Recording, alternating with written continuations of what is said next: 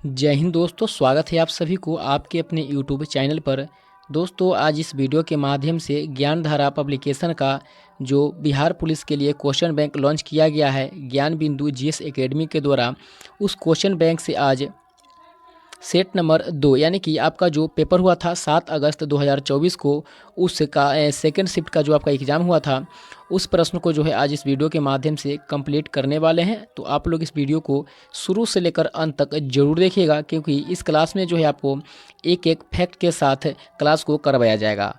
आपको बता दें कि इससे पहले जो है एक क्लास को ऑलरेडी कंप्लीट करवा दिया गया है। अगर आप लोग उस क्लास को नहीं देखे होंगे तो वीडियो के नीचे डिस्क्रिप्शन बॉक्स में उस क्लास का लिंक दे दिया। आज का है सेट नंबर 2 यानी कि 7 अगस्त 2024 का सेकंड पेपर का आपका जो एग्ज़ाम हुआ था सेकंड शिफ्ट में, वो सारे प्रश्न को इस वीडियो के माध्यम से कंप्लीट करेंगे। तो आज का पहला है प्रश्न संख्या 1 की एक समानांतर चतुर्भुज का क्षेत्रफल 28 सेंटीमीटर स्क्वायर है और उसका आधार जो है कितना है, तो 7 सेंटीमीटर है। तो यह पूछ रहा है समानांतर चतुर्भुज की ऊंचाई निकालना है। तो समानांतर चतुर्भुज का क्षेत्रफल बराबर हो जाएगा आधार गुने ऊंचाई। क्षेत्रफल यहाँ पर दिया है 28 सेंटीमीटर स्क्वायर और 7 सेंटीमीटर उसका आधार दिया है। तो इसको काटेंगे तो 4 बार में आ जाएगा कट के, तो इसका आंसर हो जाएगा आपका 4 सेंटीमीटर, यानी कि ऑप्शन नंबर सी हो जाएगा। अगला है प्रश्न कि यदि बिंदु 3,4 समीकरण 3y बराबर ax प्लस 7 के आरेख पर स्थित है तो a का मान होगा। a का मान कितना हो जाएगा, तो a का मान 5/3 हो जाएगा। यहाँ पर दिया गया है समीकरण 3y बराबर ax प्लस 7, तो y का मान 4 तथा x का मान जो है 3 रखने पर आपका निकल के आ जाएगा आंसर 3 गुने 4 बराबर a गुने 3 प्लस 7। तो इसको गुना करेंगे तो 4 3 12 और बराबर 3a प्लस 7। 12 में से 7 को इस इधर है प्लस में, तो इधर लेके आएंगे तो माइनस हो जाएगा। तो 7 में से 12 में से 7 घटाएंगे तो 5 आ जाएगा। 5a बराबर 3a, इसीलिए a बराबर आ जाएगा 5/3 आंसर आपका। अगला है प्रश्न की 125 की निश्चित राशि 3 वर्ष में एक निश्चित वार्षिक चक्रवृद्धि ब्याज की दर से 216 हो जाती है। कितना हो जाती है, तो एक धनराशि है निश्चित जो 125 की है और यह जो है 3 वर्ष में एक निश्चित वार्षिक चक्रवृद्धि ब्याज की दर से जो है 216 हो जाती है। तो ब्याज की दर ज्ञात करना है। तो ब्याज की दर ज्ञात करेंगे तो इसका आंसर आ जाएगा आपका निकल के 20%। कैसे? अगला है प्रश्न संख्या 4 की दो कथनों को अभिकथन ए और कारण आर के रूप में अंकित किया गया है। नीचे दिए गए कोट्स के आधार पर अपने उत्तर अंकित कीजिए। अभिकथन ए है कि मास का पारिस्थितिक दृष्टि से बहुत महत्व है। कारण आर है कि मास चट्टानों को मृदा में अपघटित करते हैं और ये मृदा अपक्षरण को रोकता है। कूट में दिया हुआ है, तो इसका आंसर आपका हो जाएगा कि दोनों ए और आर सही है और आर जो है आपका ए का सही स्पष्टीकरण है। आगे दिया हुआ है कि लाइकेन यानी कि इसी को जो है मास कहा जाता है, हमारे लिए अपने अगणित गुणों के कारण बड़े उपयोगी है। ये वनस्पतियाँ और उचित भूमि निर्माण के आविष्कर्ता है। कड़ी और नंगी चट्टान पर उगने वाली पहली वनस्पति पर्पटीमय लाइकेन है। कौन है, तो लाइकेन हो जाएगा। पर्पटीय लाइकेन अपने द्वारा निर्मित अम्लों की सहायता से चट्टानों के लावों को अपने अवशिष्ट के साथ मिलाकर एक प्रकार की मिट्टी बनाते हैं। क्या बनाते हैं, तो एक प्रकार की मिट्टी बनाते हैं। आगे है कि एक चटकीला नीला रंग ऑर्किल रॉक्सेला और लेका नोरा नामक लाइकेन से प्राप्त होता है। आगे है कि भोजन के रूप में प्रयुक्त शैवाल हो जाएगा आपका अल्वा, लेमिनेरिया, फोराफाइरा, सरगासन, नॉन स्टॉक आदि। इस सभी का उपयोग जो है आपका भोजन के रूप में किया जाता है। आगे दिया हुआ है कि औषधि बनाने में प्रयुक्त शैवाल कौन हो जाएगा, तो क्लोरेला। कौन हो जाएगा, औषधि बनाने में प्रयुक्त शैवाल तो क्लोरेला हो जाएगा। याद रखिएगा कि क्लोरेला से क्लोरीन नामक प्रतिजैविक एवं लेमिनेरिया से टिंचर आयोडीन बनाई जाती है। आगे है मृदा को अनवीकरणीय संसाधन भी माना जाता है। आगे है वनस्पतियों यानी कि वृक्ष, झाड़ियों, घास तथा कई मांस आदि के पत्तों तथा जड़ों के सड़ने से ह्यूमस का निर्माण होता है, जो मृदा की उर्वरता बढ़ाने के साथ साथ ह्यूमस का निर्माण करते हैं, जो मृदा की उर्वरता बढ़ाने के साथ साथ मृदा के विकास में भी सहायक होते हैं। अगला है प्रश्न संख्या 5 की नारियल का ऊपरी भाग यानी कि छिलका। नारियल का ऊपरी भाग कौन सा होता है? तो छिलका होता है। और छिलका जो है आपका किस प्रकार के उत्तक से बना होता है? तो छिलका हो जाएगा किस प्रकार के? तो दृढ़ उत्तक। कौन सा उत्तक? तो दृढ़ उत्तक से बना होता है। आगे है इसका डिस्कस की नारियल का ऊपरी भाग जो होता है आपका दृढ़ उत्तक का बना होता है। दृढ़ उत्तक की कोशिकाएं मृत, लंबी, संकरी तथा दोनों सिरों पर नुकीली होती हैं। दृढ़ उत्तक की कोशिकाएं जो होती है वो मृत होती है, लंबी होती है, संकरी होती है तथा दोनों सिरों पर जो है वो नुकीली होती है, याद रखिएगा। अगला है कि इसमें जीव द्रव्य नहीं पाया जाता है। दृढ़ उत्तक में जीव द्रव्य नहीं पाया जाता है एवं इनकी भित्ति जो होता है आपका लिग्निन के जमाव के कारण मोटी हो जाती हैं। आगे है दृढ़ उत्तक पौधे के तना, पत्तियों के सिरा, फलों तथा बीजों के बीजावरण में पाए जाते हैं। दृढ़ उत्तक कहाँ कहाँ पाए जाते हैं? तो पौधे के तना में, पत्तियों के सिरा में, फलों और बीजों के बीजावरण में, याद रखिएगा। आगे है जिन पौधों से रेशा प्राप्त होता है।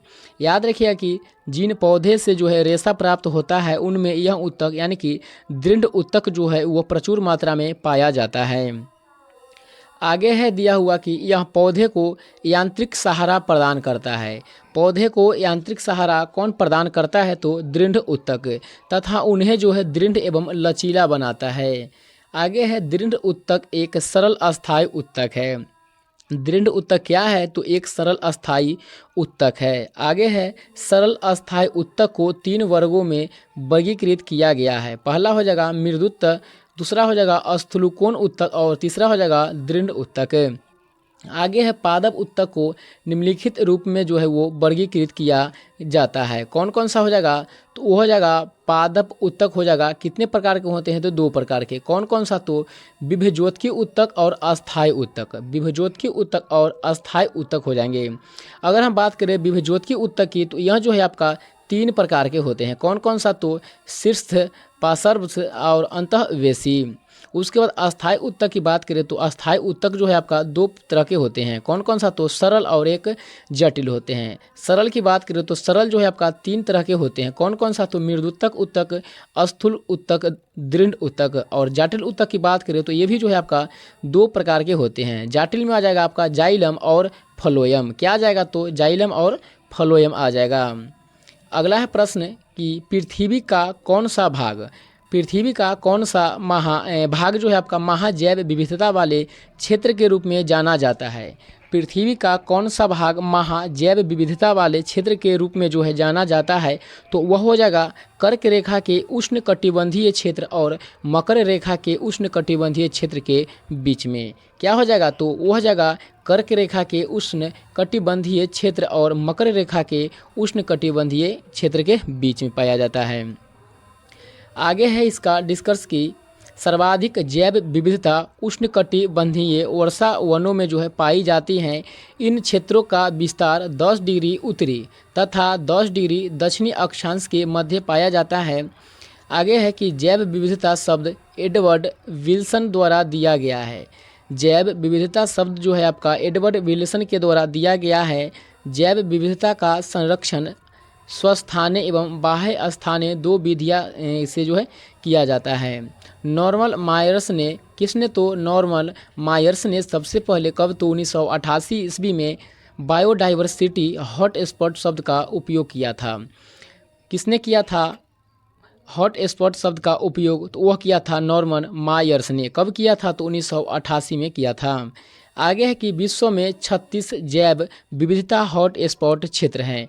विश्व में कितने जैव विविधता हॉटस्पॉट क्षेत्र हैं? तो 36 हो जाएगा। इनमें से 4 हॉटस्पॉट क्षेत्र जो है वो भारत में स्थित है। भारत में कौन कौन सा हो जाएगा? तो हो जाएगा हिमालय क्षेत्र, इंडो बर्मा क्षेत्र, पश्चिमी घाट और सुंडा लैंड। यह चारों जो है आपका भारत में स्थित हैं। आगे है दिया हुआ कि संयुक्त राष्ट्र संघ ने वर्ष 2010 को कब? तो 2010 को अंतर्राष्ट्रीय जैव विविधता वर्ष के रूप में जो है मनाने की घोषणा की है। अगर हम बात करें कि जैव विविधता दिवस कब मनाते हैं प्रतिवर्ष, तो 22 मई को। कब? तो 22 मई को जो है जैव विविधता दिवस मनाया जाता है, याद रखिएगा। और इसकी घोषणा जो है कब से किया गया है? तो वह किया गया है 2010 से। कब से? तो 2010 10 से। आगे है कि भारत का समुद्री राष्ट्रीय उद्यान कच्छ की खाड़ी में स्थित है। भारत का जो समुद्री राष्ट्रीय उद्यान है जो कच्छ की खाड़ी में स्थित है। भारत में प्रचुर जैव विविधता केरल के पलक्कड़ जिले में स्थित है और शांत घाटी में यह पाई जाती हैं। पश्चिमी घाट भारत का सबसे बड़ा संरक्षित वन है। याद रखिएगा, पश्चिमी घाट जो है आपका भारत का सबसे बड़ा संरक्षित वन है। अगला है प्रश्न संख्या 7। बेल जार प्रयोग में KOH किस तरह से प्रकाश संश्लेषण की प्रक्रिया को जो है प्रभावित करता है? यह किस तरह से करता है प्रभावित? तो यह हो जाएगा कि KOH जार में उपस्थित CO2 को अवशोषित कर लेता है। क्या करता है? तो KOH जो है जार में उपस्थित CO2 को अवशोषित कर लेता है, याद रखिएगा। आगे है दिया हुआ कि KOH, इसका नाम हो जाएगा आपका पोटेशियम हाइड्रोक्साइड। KOH को क्या कहेंगे? तो पोटेशियम हाइड्रोक्साइड। यह जो है ना आपका कार्बन डाइऑक्साइड यानी कि CO2 का अवशोषक है। बंद जार में पोटेशियम हाइड्रोक्साइड यानी कि KOH द्वारा मौजूद सभी कार्बन डाइऑक्साइड अवशोषित हो जाते हैं। क्या हो जाते हैं? तो वह अवशोषित हो जाते हैं। KOH की वजह से कार्बन डाइऑक्साइड उपलब्ध नहीं रहती है, इसीलिए प्रकाश संश्लेषण और स्टार्च या ग्लूकोज का उत्पादन नहीं हो पाता है। आगे है कि पोटेशियम हाइड्रोक्साइड यानी कि KOH प्रयोगशाला में प्रतिकर्मक के रूप में मुलायम साबुन निर्माण में CO2 तथा SO2 जैसे गैसों के अवशोषक के रूप में जो है प्रयोग किया जाता है। कैल्शियम ऑक्साइड CaO यानी हो जाएगा कैल्शियम ऑक्साइड मकान बनाने में, गारे के रूप में, कास्टिक सोडा के निर्माण में, सोडियम कार्बोनेट के निर्माण में, ब्लीचिंग पाउडर के निर्माण में आदि में प्रयोग किया जाता है। मैग्नीशियम ऑक्साइड यानी कि MgO का इस्तेमाल औषधि निर्माण में, रबर वल्कनाइजेशन में, उत्प्रेरक के रूप में, उसके बाद हो जाएगा वायलरों के प्रयोग आदि में किया जाता है। आगे है कि कॉस्टिक सोडा यानी कि NaOH, इसका इस्तेमाल साबुन बनाने में, पेट्रोलियम के शुद्धिकरण में, कपड़ा एवं कागज़ बनाने में, दवा निर्माण में, घरों एवं कारखानों को साफ करने में किया जाता है। किसका निर्माण? तो कास्टिक सोडा का। अगला है मैग्नीशियम हाइड्रोक्साइड, इसका इस्तेमाल जो है आपका पेट की अम्लीयता को दूर करने में, अम्ल विषाक्तीकरण के एंटीटोड के रूप में, चीनी उद्योग में मोलासिस से चीनी तैयार करने आदि में किया जाता है। अगला है प्रश्न की निम्न में से कौन सा मानकीकरण चिन्ह सोने के आभूषण की शुद्धता के निर्धारण के लिए आवश्यक है? तो वो हो जाएगा आपका सोने के शुद्धता के लिए हॉलमार्क का प्रयोग करते हैं। किसका प्रयोग करते हैं? तो हॉलमार्क का। आगे है दिया हुआ कि भारत सरकार ने 15 जून 2021 से, कब से? तो भारत सरकार ने 15 जून 2021 से सोने के आभूषणों और कलाकृतियों की हॉलमार्किंग अनिवार्य कर दी है। कब से? तो 2021 से। आगे है एगमार्क, यह भारत में कृषि उत्पादकों पर कार्यरत एक प्रमाणन चिन्ह है। एगमार्क क्या है? तो भारत में कृषि उत्पादों पर कार्यरत एक प्रमाणन चिन्ह है। यह कृषि उत्पाद यानी कि ग्रेडिंग और मार्किंग अधिनियम 1937 के तहत प्रदान किया गया गुणवत्ता चिन्ह है। एगमार्क कृषि विपणन का संक्षिप्त नाम है। अगला है चावल, आटा, दाल, बिस्कुट, तेल आदि के पैकेट पर आमतौर पर एगमार्क चिन्ह का प्रयोग किया जाता है, याद रखिएगा। अगला है केंद्रीय एगमार्क यानी कि एगमार्क प्रयोगशाला नागपुर महाराष्ट्र में स्थित है। केंद्रीय एगमार्क प्रयोगशाला कहाँ पर स्थित है? तो वह जगह नागपुर महाराष्ट्र में। अगला है ISI मार्क। ISI मार्क क्या है? तो यह भारत में औद्योगिक उत्पादकों के लिए एक मानक अनुपालन चिन्ह है। क्या है? तो भारत में औद्योगिक उत्पादकों के लिए एक मानक अनुपालन चिन्ह है। इसका फुल फॉर्म की बात करें तो इसका फुल फॉर्म हो जाएगा इंडियन स्टैंडर्ड्स इंस्टीट्यूट मार्क। यह चिन्ह यानी कि ISI भारतीय मानक ब्यूरो द्वारा विकसित भारतीय मानकों का पालन करने वाले उत्पादकों को दिया जाता है। ISI मार्क उत्पाद की सुरक्षा और गुणवत्ता सुनिश्चित करता है। ISI मार्क बिजली के उपकरण जैसे स्विच हो, इलेक्ट्रिक मोटर हो या फिर वायरिंग हो, केबल, हीटर, किचन अप्लायंसेस आदि उत्पादकों पर जो है पाया जाता है। अगला है प्रश्न संख्या 9, भारत में प्रथम जनगणना कौन से वर्ष में हुई है? भारत में प्रथम जनगणना जो हुआ था आपका कब हुआ था? तो वो हुआ था 1881 में। कब हुआ था? तो 1881 में। इसी को जो है आपका नियमित जनगणना कहा जाता है। अगर हम बात करें पहली बार, तो पहली बार हुआ था आपका 1872 में, लॉर्ड मेयो के शासन काल में, याद रखिएगा। आगे है इसका डिस्कस कि भारत में प्रथम नियमित जनगणना वर्ष 1881 में हुई। भारत में पहली जनगणना वर्ष 1872 में हुई। इस समय वायसराय लॉर्ड मेयो थे। हालांकि पहली पूर्ण नियमित जनगणना साल 1881 में हुई थी और यहीं से जो है आपका नियमित जनगणना की शुरुआत हुई। इस समय वायसराय लॉर्ड रिपन थे, यानी कि 1881 में वायसराय कौन था? तो लॉर्ड रिपन, और 1872 में कौन था? तो लॉर्ड मेयो हो जाएगा।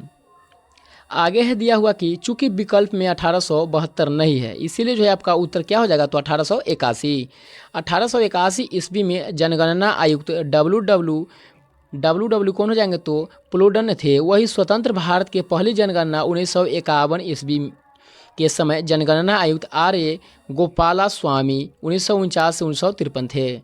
भारतीय संविधान की धारा 246 के अनुसार देश की जनगणना कराने का दायित्व संघ सरकार को सौंपा गया है। किसको सौंपा गया है जनगणना कराने का दायित्व? तो वह जगह संघ सरकार को। यह संविधान की 7वीं अनुसूची की क्रम संख्या 69 पर जो है अंकित है। जनगणना संगठन केंद्रीय गृह मंत्रालय के अधीन जो है कार्यरत है। जनगणना संगठन जो है आपका किस मंत्रालय के अधीन कार्यरत है? तो गृह मंत्रालय के अंतर्गत, याद रखिएगा। आगे है कि जिसका उच्चतम अधिकारी भारत का महापंजीयक एवं जनगणना आयुक्त होता है। यह देश में जनगणना संबंधित कार्यों को निर्देशित करता है तथा जनगणना के आंकड़ों को जारी करता है। आधुनिक विश्व में सर्वप्रथम व्यवस्थित रूप से जनगणना स्वीडन में 1749 में कराई गई थी। कब कराई गई थी? तो 1749 में। और कहाँ पर? तो स्वीडन में। दशकीय जनगणना की शुरुआत की बात करें तो 1790 ईस्वी से अमेरिका में हुई। याद रखिएगा, दशकीय जनगणना की शुरुआत कब हुई? 1790 ईस्वी से अमेरिका में हुई। इंग्लैंड में जनगणना की शुरुआत 1801 में हुई थी। याद रखिएगा, 1801 में इंग्लैंड में जनगणना की शुरुआत हुई थी। जनगणना जो है आपका प्रति वर्ष 10 वर्षों की अंतराल पर की जाती है, यानी कि प्रत्येक वर्ष जो है ना आपका जनगणना वह 10 वर्षों के अंतराल पर किया जाता है। अगला है प्रश्न संख्या 10 कि संयुक्त राष्ट्र के अनुसार सतत विकास से संबंधित लक्ष्य संख्या कितना है? तो वह जगह 17। संयुक्त राष्ट्र के अनुसार हम बात करें सतत विकास से संबंधित लक्ष्य की संख्या की, तो वह जगह 17।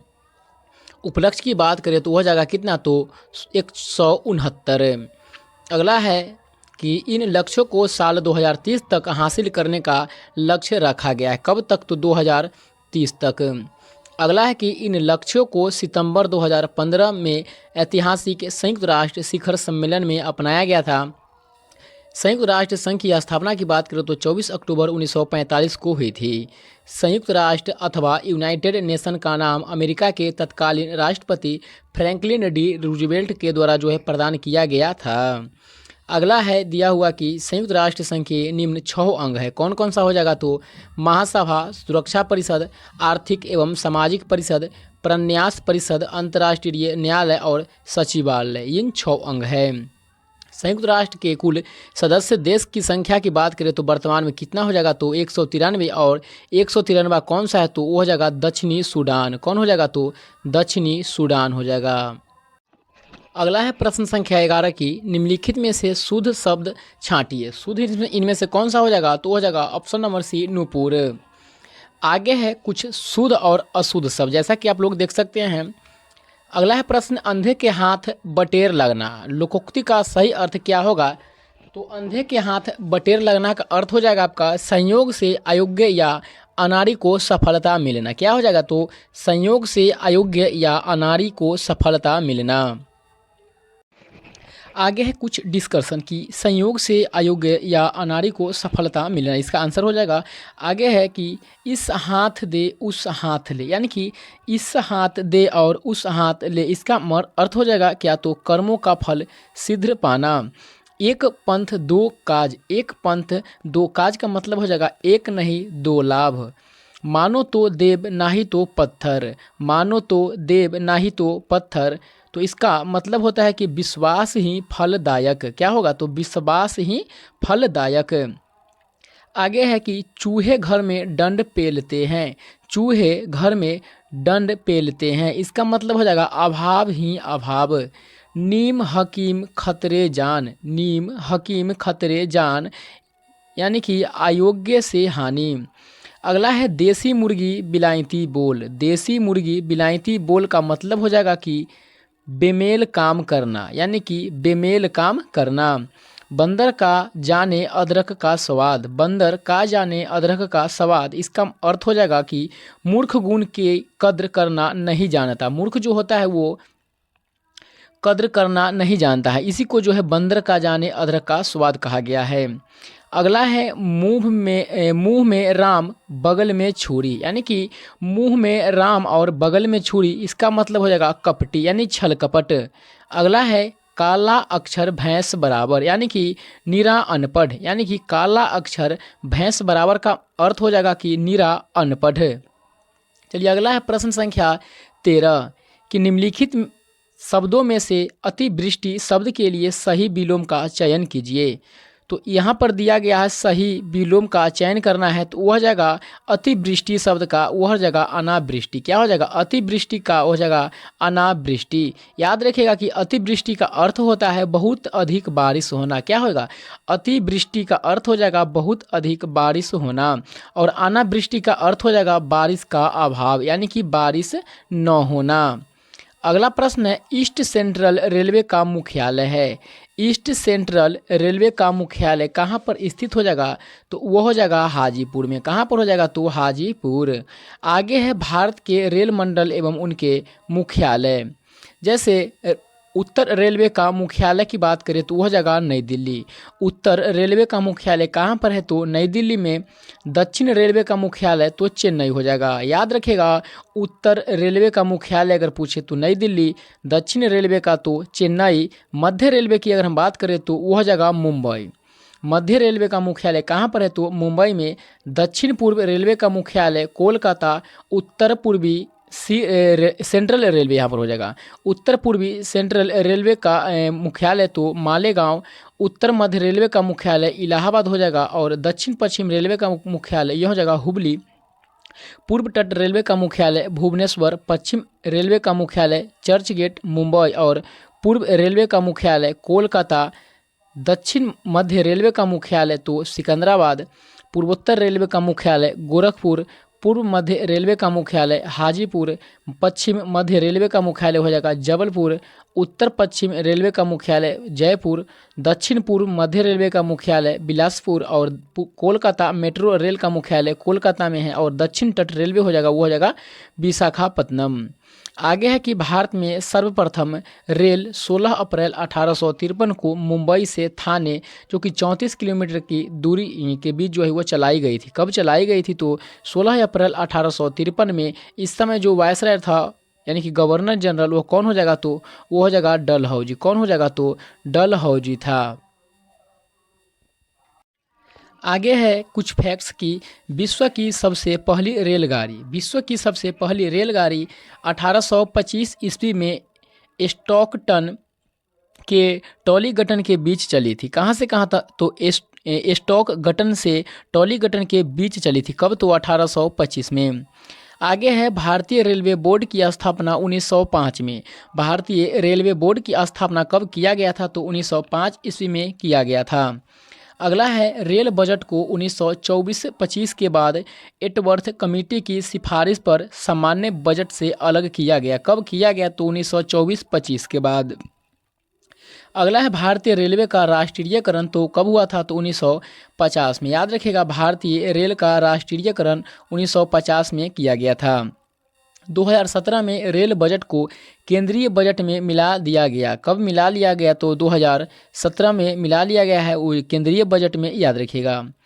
अगला है देश में सबसे लंबी दूरी तय करने वाली रेलगाड़ी, वह हो जाएगा विवेक एक्सप्रेस। याद रखिएगा, देश में सबसे लंबी दूरी तय करने वाली रेलगाड़ी वह हो जाएगा विवेक एक्सप्रेस, जो नवंबर 2011 से है और जो डिब्रूगढ़ असम से लेकर के कन्याकुमारी यानी कि तमिलनाडु तक जाती हैं। इस दौरान वह 4286 कितना तो 4286 किलोमीटर की दूरी जो है वह तय करती हैं। अगला है कि विश्व का सबसे लंबा रेल मार्ग ट्रांस साइबेरियन रेल मार्ग है। अगर पूछे कि विश्व का सबसे लंबा रेल मार्ग कौन सा है तो ट्रांस साइबेरियन रेल मार्ग हो जाएगा, जो लेनिनग्राड से व्लादिवोस्टोक तक यानी कि 9332 किलोमीटर लंबा है। अगला है भारत में पहली विद्युत ट्रेन बॉम्बे बीटी एवं कुर्ला हार्बर के बीच 3 फरवरी 1925 को चली। भारत में प्रथम बार जो है विद्युत ट्रेन का वो संचालन किया गया था, वह 3 फरवरी 1925 को किया गया था। अगला है प्रश्न संख्या 15 की निम्न में से कौन सी नहर भारतीय महासागर को भूमध्य सागर से जोड़ती है तो वह जगह स्वेज नहर। कौन सा नहर हो जाएगा तो स्वेज नहर हो जाएगा।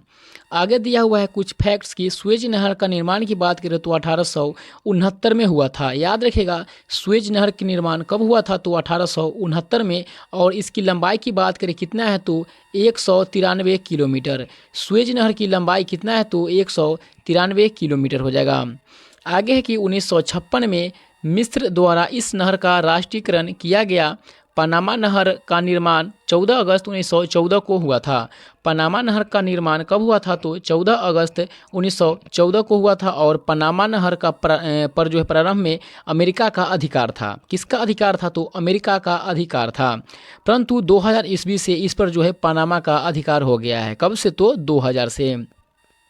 आगे है विश्व की प्रमुख नहरें, दिया हुआ है सू नहर कहाँ पर स्थित है तो यह जगह संयुक्त राज्य अमेरिका में, और अगर हम इसकी स्थिति की बात करें तो सुपीरियर झील को ह्यूरन झील से जो है वो जोड़ने का कार्य करती है। कौन सी नहर तो सू नहर। अगला है दूसरा कील नहर। कील नहर कहाँ पर है तो जर्मनी, और यह जो है उत्तरी सागर और बाल्टिक सागर को जोड़ती है। कौन सी नहर तो कील नहर। तीसरा हो जाएगा पनामा नहर। पनामा नहर कहाँ पर है तो पनामा में, और यह जो है कैरेबियन सागर और प्रशांत महासागर को जोड़ती है। कौन सी नहर तो पनामा नहर। आगे है केपी नहर। तो केपी नहर कहाँ पर स्थित है तो भारत में। केपी नहर भारत में स्थित है और यह आंध्र प्रदेश और तमिलनाडु के बीच में है। अगला है ईरी नहर। ईरी नहर हो जाएगा आपका संयुक्त राष्ट्र अमेरिका में, और यह जो है ईरी झील और मिशिगन झील को जोड़ने का कार्य करती है। छठा है गोटा नहर। गोटा नहर हो जाएगा आपका स्वीडन में, और स्टॉकहोम और गुटेनबर्ग के बीच है। याद रखिएगा गोटा नहर। अगला है प्रश्न संख्या 16 की राष्ट्रीय जलमार्ग नंबर 2 किस नदी पर पड़ता है। राष्ट्रीय जलमार्ग नंबर 2 किस नदी पर पड़ता है तो ब्रह्मपुत्र नदी पर। किस नदी पर तो ब्रह्मपुत्र नदी पर। आगे दिया हुआ है इसका डिस्कशन की राष्ट्रीय राजमार्ग जलमार्ग नंबर 2 ब्रह्मपुत्र नदी पर स्थित है। वर्ष 1988 में धुबरी से सदिया तक 891 किलोमीटर मार्ग को राष्ट्रीय जलमार्ग संख्या 2 घोषित किया गया। कब घोषित किया गया तो 1988 में, और कितना किलोमीटर है तो यह हो जाएगा 891 किलोमीटर। आगे दिया हुआ है कि धुबरी ब्रह्मपुत्र नदी पर पहला बड़ा टर्मिनल है। याद रखिएगा, धुबरी जो है आपका ब्रह्मपुत्र नदी पर है, और यह जो है आपका पहला बड़ा टर्मिनल है। अगला है राष्ट्रीय जलमार्ग 2 में पांडु बंदरगाह। कौन सा तो पांडु बंदरगाह सबसे बड़ा एवं सबसे महत्वपूर्ण बंदरगाह है। अगला है राष्ट्रीय जलमार्ग अधिनियम 2016 के अनुसार अभी तक 111 जलमार्गों को राष्ट्रीय जलमार्ग घोषित किया गया है। कितना तो 111। आगे है भारत के अन्य प्रमुख राष्ट्रीय जलमार्ग, जैसे राष्ट्रीय जलमार्ग संख्या 1 यह जगह प्रयागराज यानी कि इलाहाबाद से हल्दिया जलमार्ग को राष्ट्रीय जलमार्ग 1 का दर्जा दिया गया है। यह जलमार्ग गंगा, भागीरथी, हुगली नदी तंत्र में स्थित हैं। अगला है राष्ट्रीय जलमार्ग संख्या 3। यह जलमार्ग उद्योग मंडल और चपकारा नहर के साथ पश्चिमी समुद्र तट नहर यानी कि कोट्टपुरम से कोल्लम के बीच स्थित है। और अगला है राष्ट्रीय जलमार्ग संख्या 4। यह जगह काकी नदी पुदुचेरी नहर जो कि 1078 किलोमीटर है, और इसको जो है 2008 में राष्ट्रीय जलमार्ग 4 घोषित किया गया। यह जो है आपका गोदावरी एवं कृष्णा नदी से लगा हुआ है।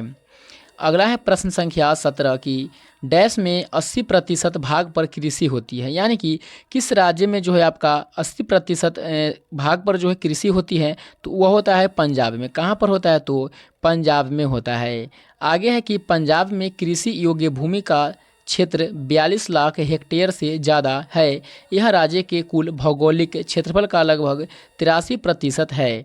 हरियाणा में राज्य के कुल भौगोलिक क्षेत्रफल के लगभग 81% भाग पर खेती की जाती है। आगे दिया हुआ है कि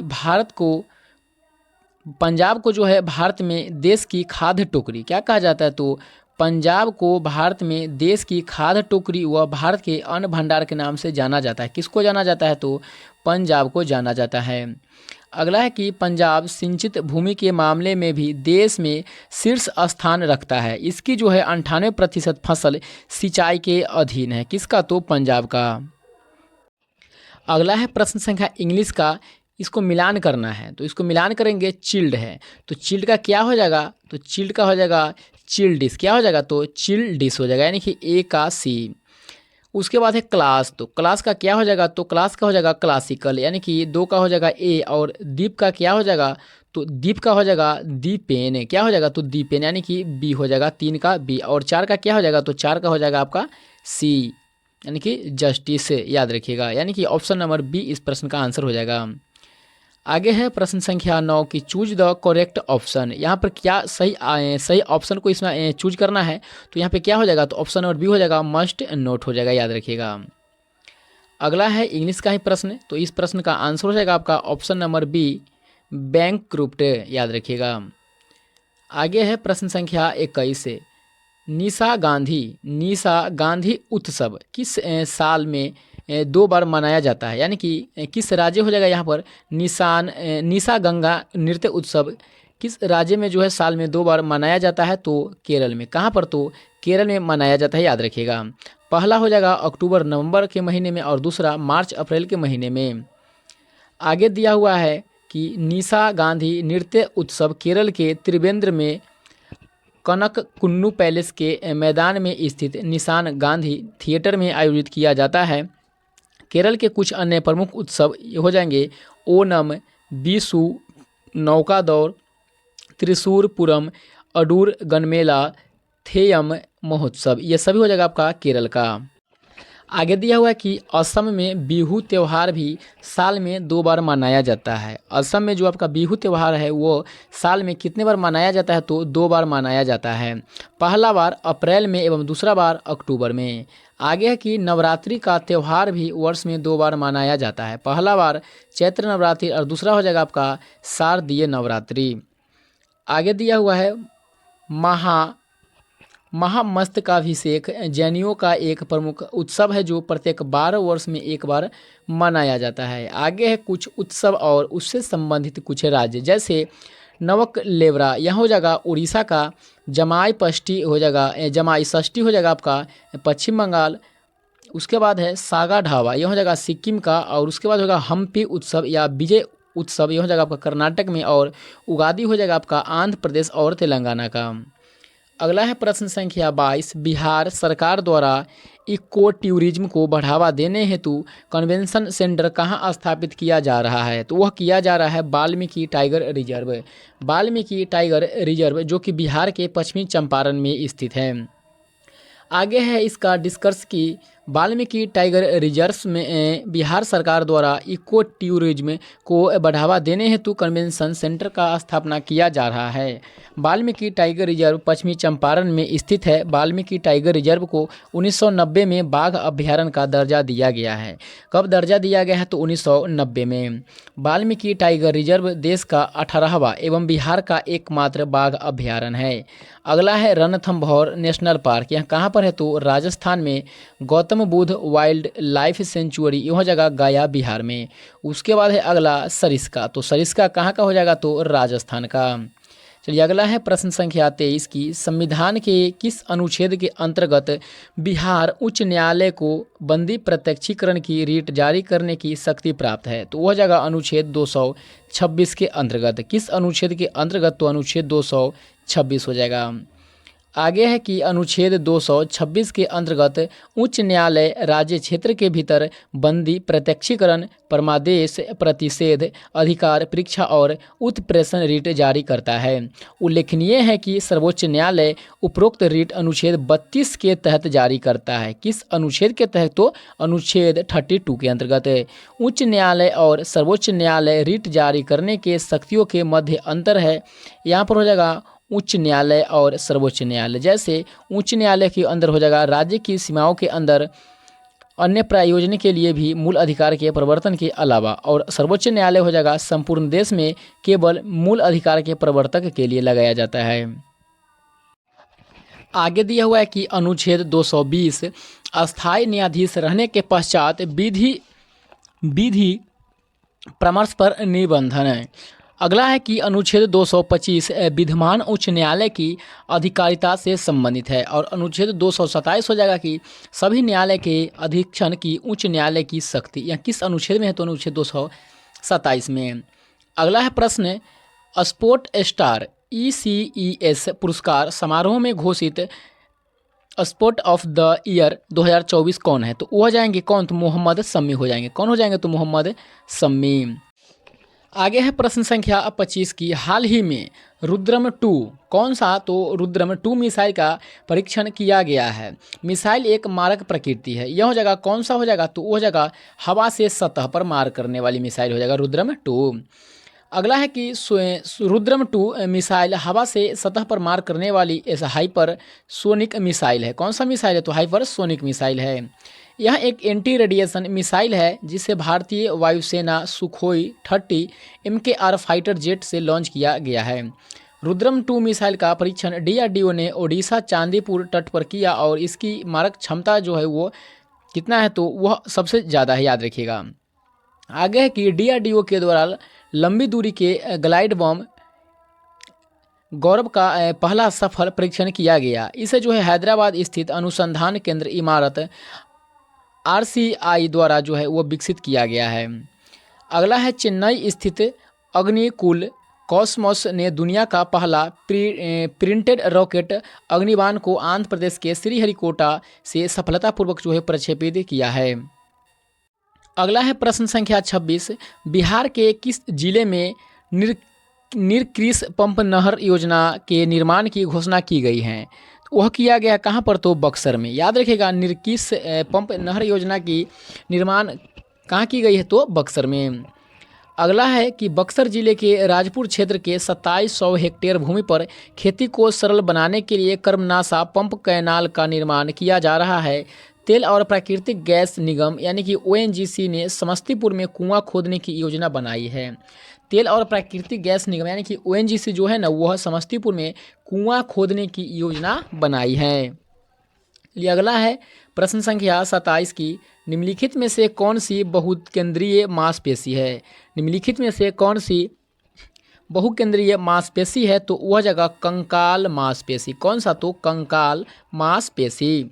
कंकाल मांसपेशी बहुकेंद्रीय मांसपेशी है। कंकाल की मांसपेशी धारीदार बहुकेंद्रीय तंतुओं के समानांतर बंडलों से बनी होती हैं। वे मांसपेशियां जो बिना संचेत नियंत्रण के सिकुड़ती हैं अनैच्छिक मांसपेशियां कहलाती हैं। इसका उदाहरण हो जाएगा हृदय की मांसपेशियां। सबसे मजबूत मांसपेशियां जबड़े की होती हैं। क्या हो जाएगा? तो जबड़े की सबसे मजबूत मांसपेशियां। आगे है कि हृदय की पेशियां बेलनाकार, शाखित और एकल केंद्रिक होती हैं। पेशियां रेखित, अरेखित एवं हृदय 3 प्रकार की होती हैं। मानव शरीर में 639 मांसपेशियां पाई जाती हैं।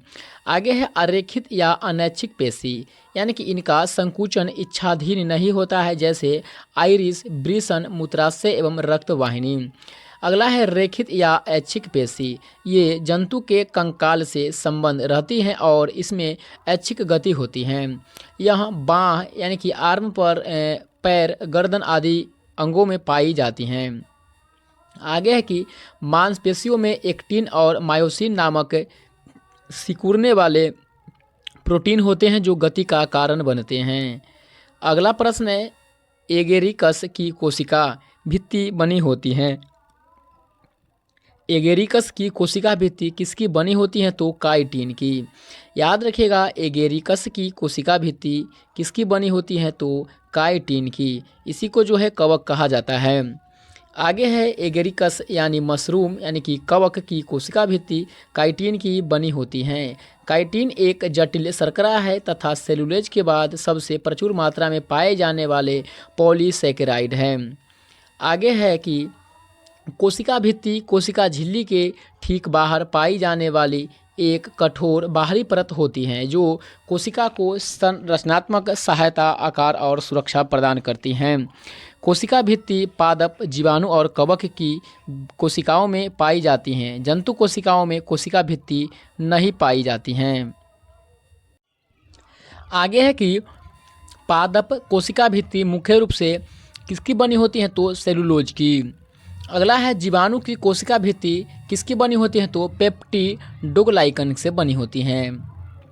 आगे है मैथ का प्रश्न, इसका मान निकालना है √1 + cos थीटा बटे 1 - cos थीटा। तो इसका आंसर हो जाएगा आपका option number A cosec theta + cot theta. अगला है प्रश्न संख्या 30, 14 सेंटीमीटर त्रिज्या वाले वृत्त का क्षेत्रफल निकाले। तो इसका आंसर हो जाएगा आपका क्या? तो 616 सेंटीमीटर स्क्वायर। बनाएंगे तो वृत्त का त्रिज्या दिया हुआ है 14 सेंटीमीटर, तो बनाएंगे वृत्त का क्षेत्रफल निकालना है तो इसका हो जाएगा पाई गुने कितना है त्रिज्या, तो 14 सेंटीमीटर वाले वृत्त का क्षेत्रफल निकालना है तो यहाँ पर दे देंगे 14 का स्क्वायर। पाई का मान होता है 22/7 गुने 14 गुने 14, यानी कि यहाँ पर निकल के आ जाएगा आपका कितना? तो 7 से काटेंगे 2 बार में और 14 दूना 28 गुने 22 करेंगे तो आंसर निकल के आ जाएगा अपना 616 सेंटीमीटर स्क्वायर है। चलिए अगला है प्रश्न संख्या 31 की प्रगति 2024 कौन सा है? तो प्रगति 2024 पहल किस क्षेत्र में सहयोगात्मक अनुसंधान और नवाचार बढ़ाने के लिए केंद्रित है? तो वह जगह आयुर्वेद। प्रगति 2024 जो है आपका आयुर्वेद है, याद रखिएगा। प्रगति 2024 पहल आयुर्वेद के क्षेत्र में सहयोगात्मक अनुसंधान और नवाचार को बढ़ावा देने के लिए जो है केंद्रित है। आगे है कि प्रगति 2024 केंद्रीय आयुर्वेदीय विज्ञान अनुसंधान परिषद की एक पहल है।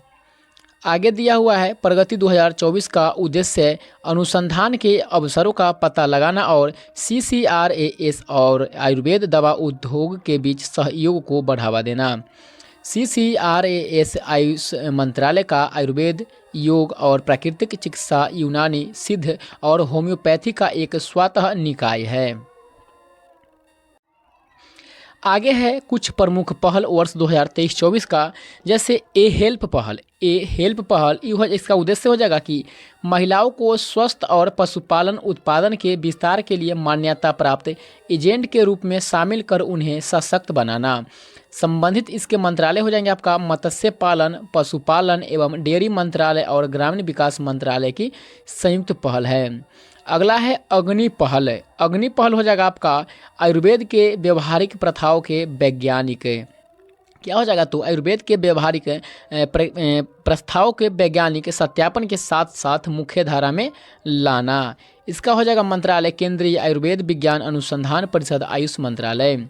उसके बाद है 75x25 पहल, तो ये हो जाएगा रक्तचाप तथा मधुमेह पीड़ित लोगों के स्वास्थ्य संबंधी। इसके मंत्रालय हो जाएगा आपका केंद्रीय स्वास्थ्य मंत्रालय।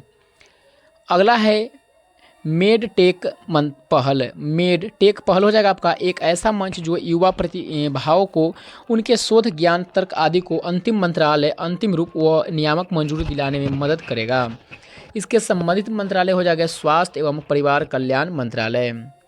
अगला है मेरा गांव मेरी धरोहर पहल।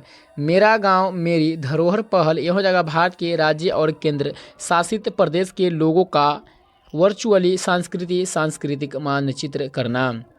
इसके मंत्रालय की बात करें तो केंद्रीय गृह मंत्रालय द्वारा सांस्कृतिक मंत्रालय के तहत शुरू किया गया है। आगे है महत्वपूर्ण तथ्य केंद्रीय योजना कार्यक्रम अभियान, जैसे योजना यानी कि PM सूर्य घर मुफ्त बिजली योजना। इसकी शुरुआत 13 फरवरी 2024 को किया गया है। PM सूर्य घर मुफ्त बिजली योजना की शुरुआत 13 फरवरी 2024 को किया गया है।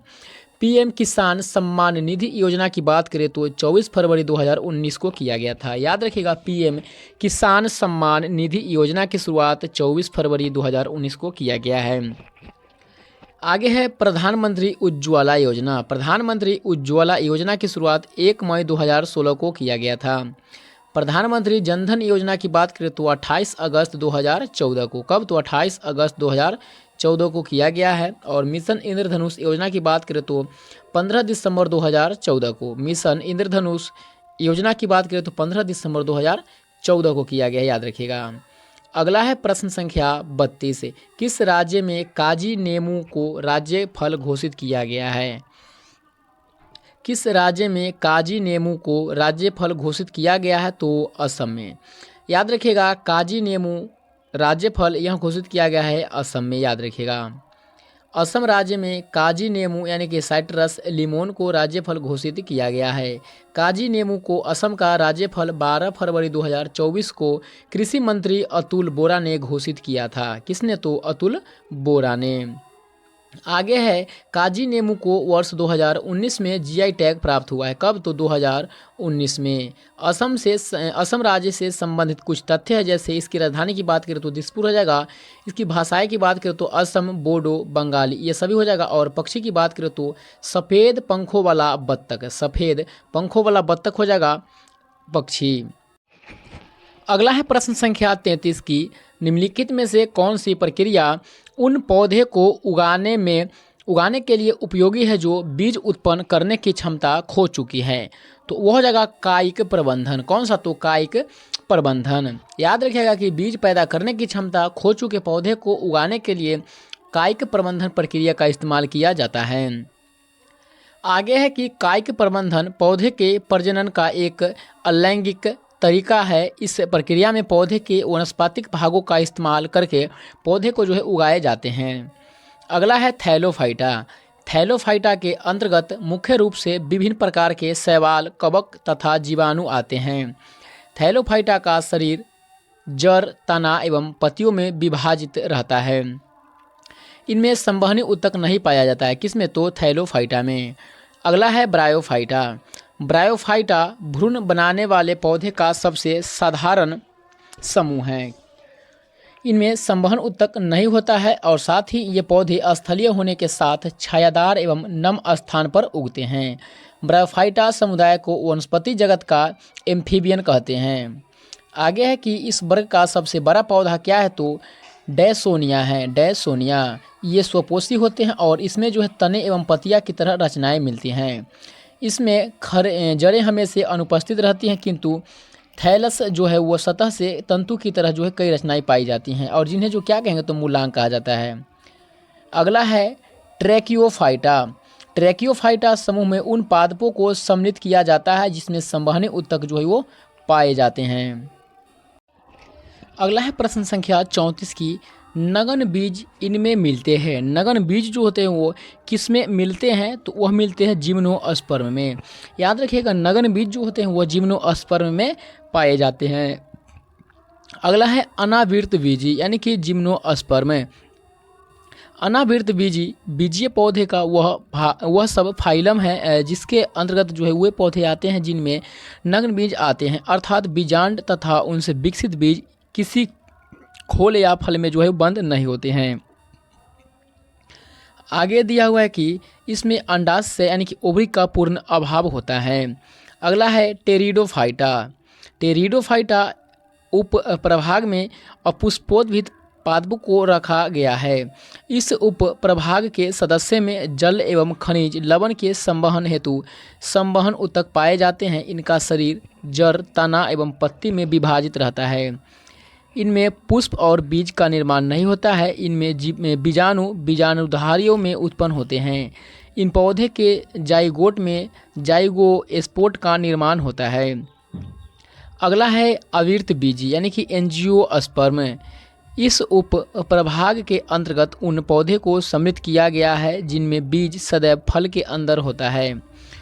उसको क्या कहेंगे? तो अविर्त बीजी। ये शाक, झाड़ियों तथा वृक्षी तीनों प्रकार के होते हैं। इसमें प्रजनन अंग जो है वो पुष्प होता है। ये सामान्यतः स्थलीय पौधे होते हैं, लेकिन कुछ पौधे जल में भी पाए जाते हैं। इसमें संवहन तंत्र अति विकसित होता है। किसमें? तो अविर्त बीजी में यानी कि एंजियोस्पर्म में। अगला है प्रश्न की, एक विशिष्ट कार्य करने के लिए कोशिका द्वारा अस्थायी रूप और आकार लेने की क्रिया को कहा जाता है? क्या कहा जाता है? तो विभेदीकरण। याद रखिएगा कि एक विशिष्ट कार्य करने के लिए कोशिका द्वारा अस्थायी रूप और आकार लेने की क्रिया को विभेदीकरण कहा जाता है। किसी जीव के शरीर में कोशिकाओं के समूह को उत्तक कहते हैं। किसी जीव के शरीर में कोशिकाओं के समूह को क्या कहेंगे? तो उत्तक कहेंगे। आगे है कि एक अस्थायी उत्तक परिपक्व जीवित या मृत कोशिकाओं से बना होता है जो विभज्योतक उत्तक से विभाजित होता है। एक अस्थायी उत्तक जो होता है आपका परिपक्व जीवित या मृत कोशिकाओं से बना होता है जो विभज्योतकी उत्तक से जो है विभाजित होता है। आगे कि विभेदन प्रक्रिया विभिन्न प्रकार के अस्थायी उत्तक के विकास का कारण बनती है। विभेद वह प्रक्रिया है जिसमें जड़ और प्ररोह शीर्ष विभज्योतक और कैम्बियन विशिष्ट कार्य करने के लिए परिपक्व होते हैं। इस प्रक्रिया में पादप कोशिका के भीतर बहुत से संरचनात्मक परिवर्तन होते हैं। आगे है विभेदन। एक कोशिका विभेदन प्रक्रिया के माध्यम से विभाजित होने की अपनी क्षमता को पुनः प्राप्त कर सकती है। अगला है पुनः विभेदन। पुनर्विभेदन वह प्रक्रिया है जिसके माध्यम से विभेदित कोशिका विशिष्ट भूमिका प्राप्त करती है और फिर विभाजित होने की अपनी क्षमता खो देती है। अगला है प्रश्न संख्या 36 की कथन 1 और कथन 2 को पढ़े और नीचे दिए गए कूटों से सही उत्तर का चुनाव करें। कथन 1 में है कि अनुच्छेद 356 के अंतर्गत उद्घोषणा जारी करने के साथ ही राज्य विधान आवश्यक भंग हो जाती हैं, तो ये गलत हो जाएगा। और कारण 2 में आर दिया है कि इस उद्घोषणा के अंतर्गत राष्ट्रपति राज्य सरकार की सभी कृत्य अपने हाथ में ले सके, यानी कि आर जो है आपका सही दिया हुआ है। तो इस प्रश्न का आंसर हो जाएगा आपका क्या हो जाएगा? तो यहाँ आंसर हो जाएगा आपका ऑप्शन नंबर डी कि ए असत्य है परंतु आर जो है वो आपका सत्य है। आगे इसका डिस्कस दिया गया है कि अनुच्छेद 356 के अंतर्गत उद्घोषणा जारी करने के बाद राष्ट्रपति राज्य विधानसभा को विघटित अथवा निलंबित कर सकता है। अनुच्छेद 356 के उद्घोषणा के अंतर्गत अर्थात जब किसी राज्य में राष्ट्रपति शासन लागू हो तो राष्ट्रपति को निम्नलिखित असाधारण शक्तियाँ प्राप्त हो जाती हैं।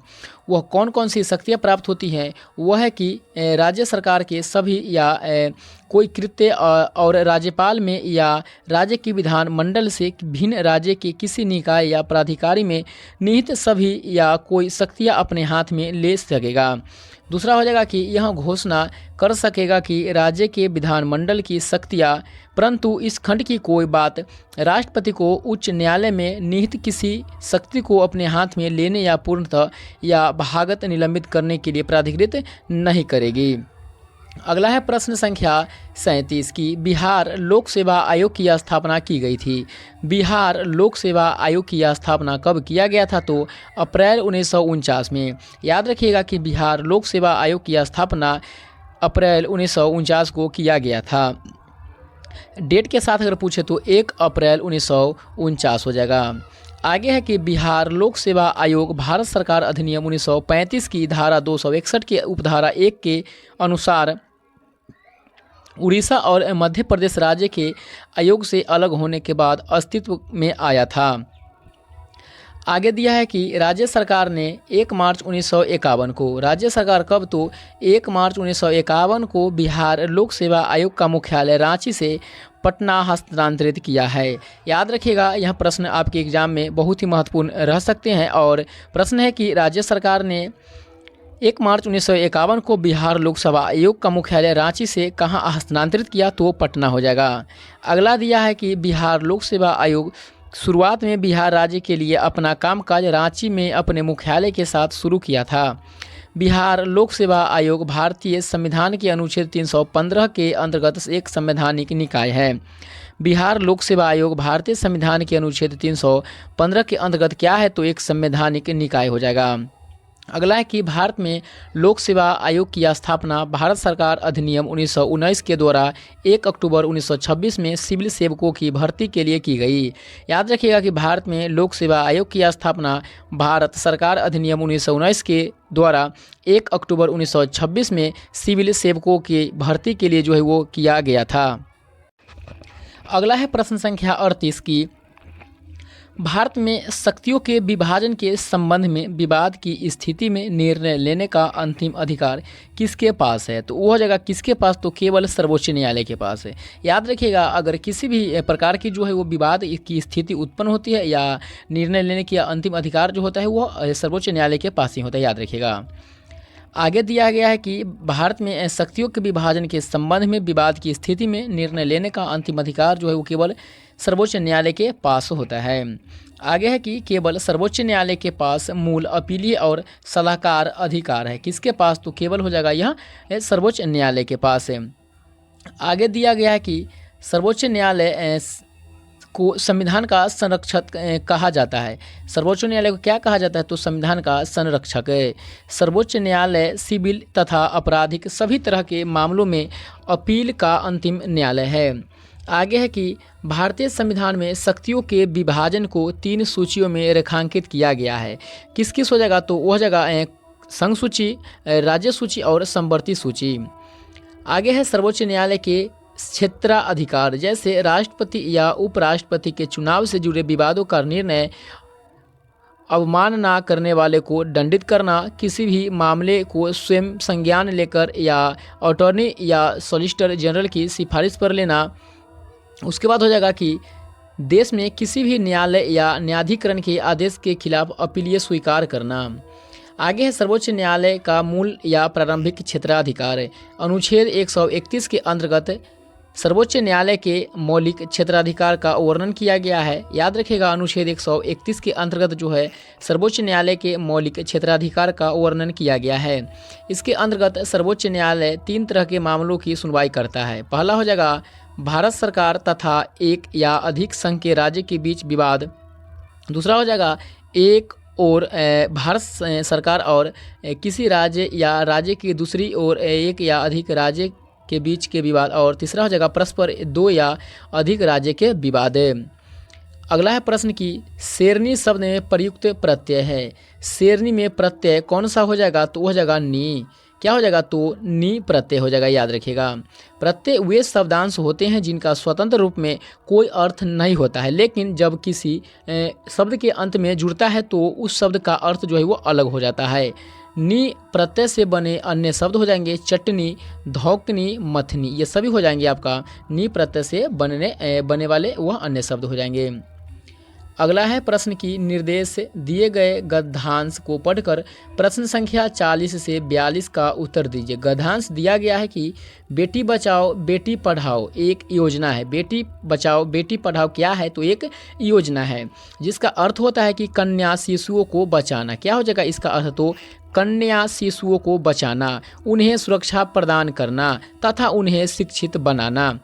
यह योजना जो है आपका भारतीय सरकार द्वारा जो है 22 जनवरी 2015 को शुरुआत किया गया था। कब? तो 22 जनवरी 2015 को जो है वो कन्याओं के प्रति शुरुआत किया गया था। याद रखिएगा।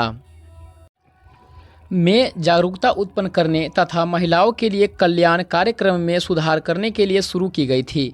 यह अभियान विभिन्न गतिविधियों जैसी बड़ी रैलियाँ, दीवार पत्रिका लेखन, टीवी विज्ञापन, होर्डिंग, लघु एनिमेशन, वीडियो फिल्म, निबंधन, लेखन, वाद विवाद प्रतियोगिता आदि के आयोजन के माध्यम से जो है प्रारंभ किया गया, जिससे समाज अधिक से अधिक लोगों को जागरूक बनाया जा सके। यह योजना पूरे देश में जो है कन्या बेटी बचाओ के संदर्भ में लोगों को जागरूकता पैदा करने में महत्वपूर्ण भूमिका तो निभाएगी ही, साथ ही भारतीय समाज में लड़कियों के स्तर को ऊपर उठाने में भी मदद करेगी। कौन सी योजना? तो वह योजना कौन सा हो जाएगा? तो बेटी पढ़ाओ बेटी बचाओ योजना। भारत के प्रत्येक नागरिक को यह समझना चाहिए कि लड़का और लड़की में कोई अंतर नहीं है। वे जिस तरह दृष्टिकोण अपने लड़कों के प्रति रखते हैं वैसे ही लड़कियों के प्रति भी रखें। आज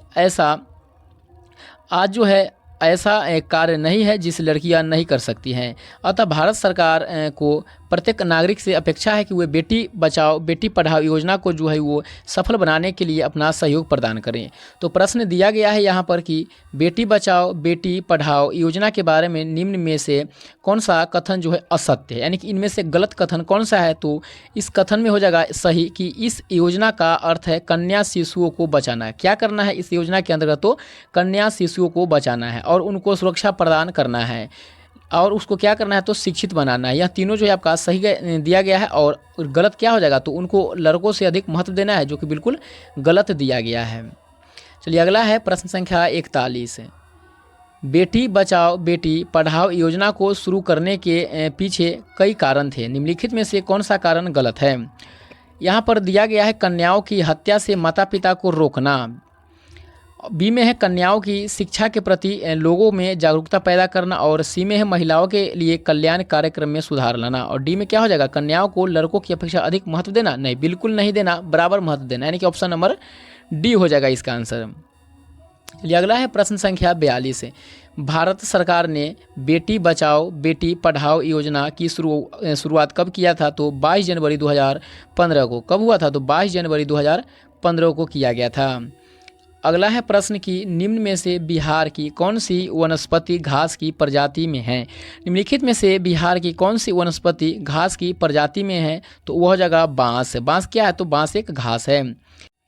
अगला है प्रश्न की किस लौह अयस्क में लौहांश की मात्रा सर्वाधिक होती है तो लौहांश की मात्रा किसमें सर्वाधिक होगी तो मैग्नेटाइट में। किसमें होगा तो मैग्नेटाइट में हो जाएगा। आगे है डिस्कशन दिया गया कि मैग्नेटाइट में लौहांश की मात्रा जो है आपका क्या होता है तो सर्वाधिक होती है। भारत में मुख्यतः 4 प्रकार के लौह अयस्क पाए जाते हैं। कौन कौन सा तो मैग्नेटाइट, हेमेटाइट, लिमोनाइट, सीरियराइट।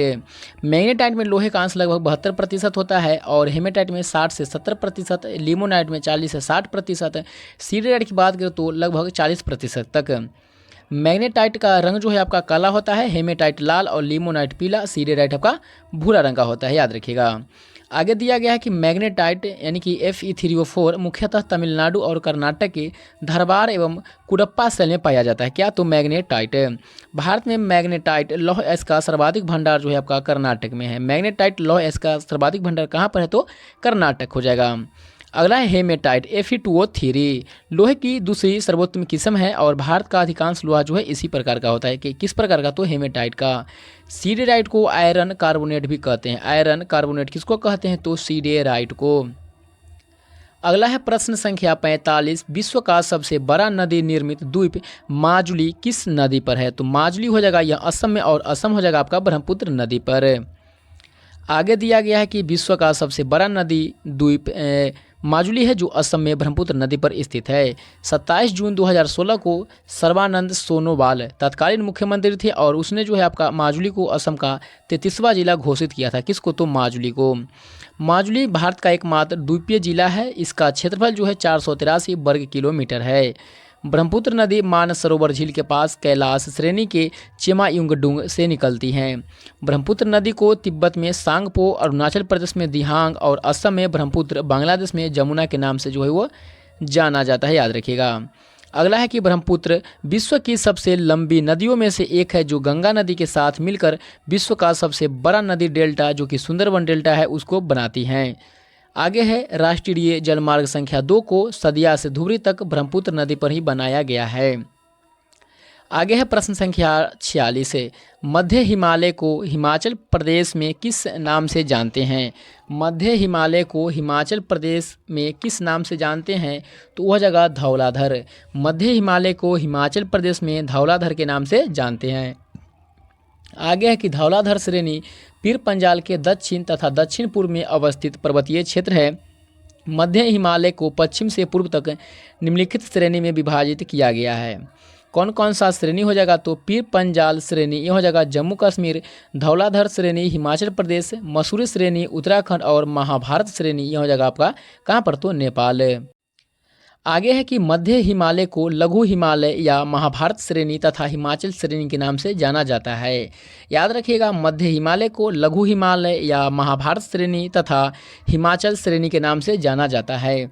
मध्य हिमालय यानी कि मेन सेंट्रल थ्रस्ट यानी कि MCT द्वारा बृहद हिमालय से तथा मेन बाउंड्री फॉल्ट यानी कि MBF के द्वारा जो है बाहरी हिमालय से अलग होता है। अगला प्रश्न है सौरमंडल का सबसे बड़ा यानी कि बृहद ग्रह कौन सा है तो वह जगह गुरु यानी बृहस्पति कहिए, जुपिटर कहिए, ये सभी हो जाएगा आपका ऑप्शन नंबर बी यानी कि सबसे बड़ा ग्रह। आगे दिया गया है कि सबसे भारी ग्रह भी है और सूर्य से दूरी के क्रम में 5वां स्थान पर है। कौन सा? तो बृहस्पति ग्रह, जिसकी खोज की बात करें तो गैलीलियो ने किया था। यह सूर्य की परिक्रमा लगभग 12 वर्ष में पूरा करता है तथा अक्ष पर लगभग 9 घंटे 56 मिनट में एक चक्कर लगाता है। इसके आकार के कारण इसे तारा सदृश ग्रह भी कहा जाता है तथा इसे मॉर्निंग ऑफ गॉड्स क्या कहते हैं तो मास्टर ऑफ गॉड्स की उपमा भी प्रदान की गई है। गैनीमेड, कैलिस्टो, आर्यो तथा यूरोपा बृहस्पति के प्रमुख उपग्रह है तथा गैनीमेड सौरमंडल का सबसे बड़ा उपग्रह है। बृहस्पति का पलायन वेग की बात करें तो 59.6 किलोमीटर प्रति सेकेंड सौरमंडल के अन्य सभी ग्रहों में सबसे अधिक है। पृथ्वी का पलायन वेग की बात करें तो 11.2 किलोमीटर प्रति सेकेंड है। अगला है प्रश्न कि भारत में कृषि एवं संबंधित गतिविधियों को ऋण का वितरण करने में कौन से बैंक या संस्थाएं सर्वोच्च हिस्सा रखती हैं? तो वह रखती है वाणिज्यिक बैंक। याद रखिएगा कि भारत में कृषि एवं संबंधित गतिविधियों को ऋण का वितरण करने में कौन से बैंक संस्थाएं जो है आपका सर्वोच्च हिस्सा रखती है? तो वह जगह आपका वाणिज्य बैंक हो जाएगा। आगे दिया गया है क्षेत्रीय बैंक, क्षेत्रीय ग्रामीण बैंक। इसकी स्थापना इंदिरा गांधी की सरकार के कार्यकाल के दौरान ग्रामीण ऋण पर नरसिम्हन समिति की सिफारिश के पश्चात 2 अक्टूबर 1975 को हुई थी। किसान क्रेडिट कार्ड यानी कि केसीसी योजना वर्ष 1998 में शुरू की गई थी। इस योजना में किसानों को अधिकतम आवश्यक आदानों की खरीद के लिए बजट 2025 से कितना कर दिया गया था? तो 5 लाख मिल सकता था। अगला है प्रश्न संख्या 49 की जिस ब्याज से कम दर पर किस पर? तो जिस ब्याज से जो है कम दर पर बैंक द्वारा ग्राहकों को उधार देने की उम्मीद नहीं किया जाता है उसे क्या कहेंगे? तो उसे कहेंगे आधार दर। याद रखिएगा, जिस ब्याज दर से कम दर पर बैंक द्वारा ग्राहक को उधार देने की उम्मीद नहीं की जाती है उसे आधार दर कहा जाता है। भारतीय रिजर्व बैंक ने प्रधान उधार पर आधारित उधार दिए प्रणाली के स्थान पर जुलाई 2010 से आधार दर प्रणाली को जो है वो लागू किया है। आगे है फैक्ट की आधार दर वह ब्याज दर है जिसके नीचे कोई भी अनुसूचित वाणिज्य बैंक अपने ग्राहकों को कोई भी ऋण नहीं प्रदान करेगा। बैंक दर वह दर है जिस पर केंद्रीय बैंक जो है वाणिज्य बैंकों को आमतौर पर दीर्घकालीन ऋण के रूप में पैसा उधार देती हैं। अगला है प्रश्न संख्या 50। अखिल भारतीय दलित वर्ग संघ की स्थापना किसने की थी? अखिल भारतीय दलित वर्ग की स्थापना किसके द्वारा किया गया था? तो डॉक्टर भीमराव अंबेडकर के द्वारा। आगे है अखिल भारतीय दलित वर्ग संघ का मुख्य उद्देश्य यह सुनिश्चित करना था कि भारत के निर्णय लेने वाले निकाय में अनुसूचित जाति यानी कि एससी को उचित प्रतिनिधित्व दिया जाए। आगे है कि बहिष्कृत हितकारिणी सभा का गठन 1924 में बी.आर. अम्बेडकर ने किया था। बहिष्कृत हितकारिणी सभा का गठन कब किया गया था? तो 1924 में किसके द्वारा? तो बी.आर. अम्बेडकर के द्वारा। स्वतंत्र श्रमिक पार्टी की स्थापना 1936 में बी.आर. अम्बेडकर के द्वारा किया गया है। याद रखिएगा, स्वतंत्र श्रमिक पार्टी की स्थापना 1936 में बी.आर. अम्बेडकर के द्वारा किया गया है।